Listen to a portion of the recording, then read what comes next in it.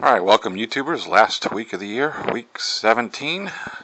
I've just got some cleanup picks out there. It'll end up being quite a bit of money. Like I said, this is the silly season. I'm not actually going to bet these. I took my 21% gain and moved on.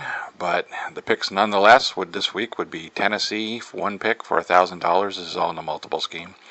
Cleveland, 3 picks, $3,000. Chicago, 1 pick, $1,000. Washington, 4 picks, $4,000. Carolina, 1 pick, $1,000. Pittsburgh, 2 picks, $2,000. That ends up being $12,000 out of pocket. Beginning of the week, per $20,000 in bankroll. These fixed teams are the same 6 teams: Tennessee, Cleveland, Chicago, Washington, Carolina, and Pittsburgh. $12,000, $2,000 a game. Fixed scheme. The Martingales have the same 6 teams again, so this is all the 2 loser teams wrapping up the season. So Tennessee 12-39, Cleveland 37-17, Washington 49-56, Chicago 12-39, Carolina 12-39, Pittsburgh 24-78 for a total of $14,868 out there. So good luck if you pick those. If you're not picking those, that's fine. Hopefully you made enough money this season that it's good to go. Last week I did not do particularly well. Detroit and Cincinnati did not cover. Oakland and the Jets did cover. So that ends up being a net loss. Minus 1182 in the multiple scheme after the VIG. Fixed scheme went 2 and 2, which minus 364 is what you lose after the VIG there, $2,000 bets. And the Martingales had quite a few losses. They ended up being minus 39.86, so a lot of those gains you got last week were given back. But that's kind of why you just need to watch it, see what happens. Let's go do the watch list real quick. Again, this time of the year, some people aren't even playing their starters if they've wrapped things up. Others have stuff to play for. Tennessee, I think, is one of those teams that has something to play for. They're at minus 3.5 right now on the road in Houston, which you normally wouldn't see, but Houston, they think, is going to rest some people, I guess.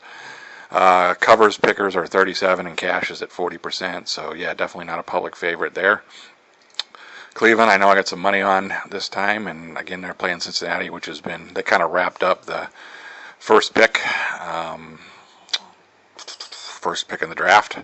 So who knows, they may come out swinging this week, or they may just fold camp. Anyways, Cleveland minus 2.5 right now, and public favorite cash is on them.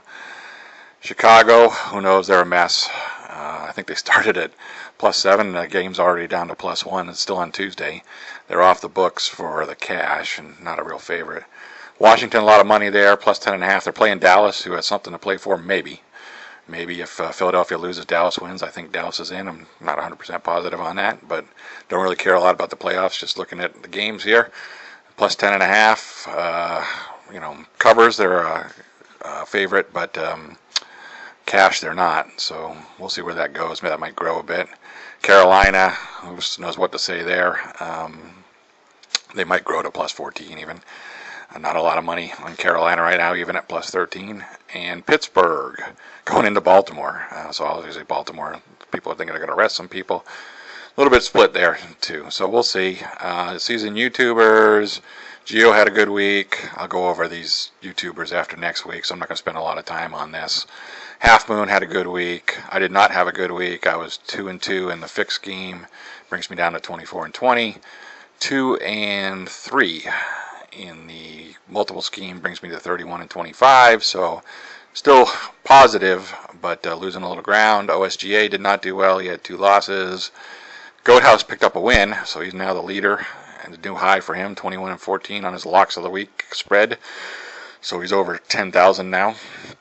And Meatman picked up a push and a loss. He did do the Minnesota under, but again, so 1 loss is now 20 and 15, so he's dropped a little bit, kind of on par with where I am in my multiple scheme. So we'll see where we go, and like I said, I got a lot of money out there this week. Let's do the ROI. Again, I had got out here in week 15. Everybody dropped this week a little bit.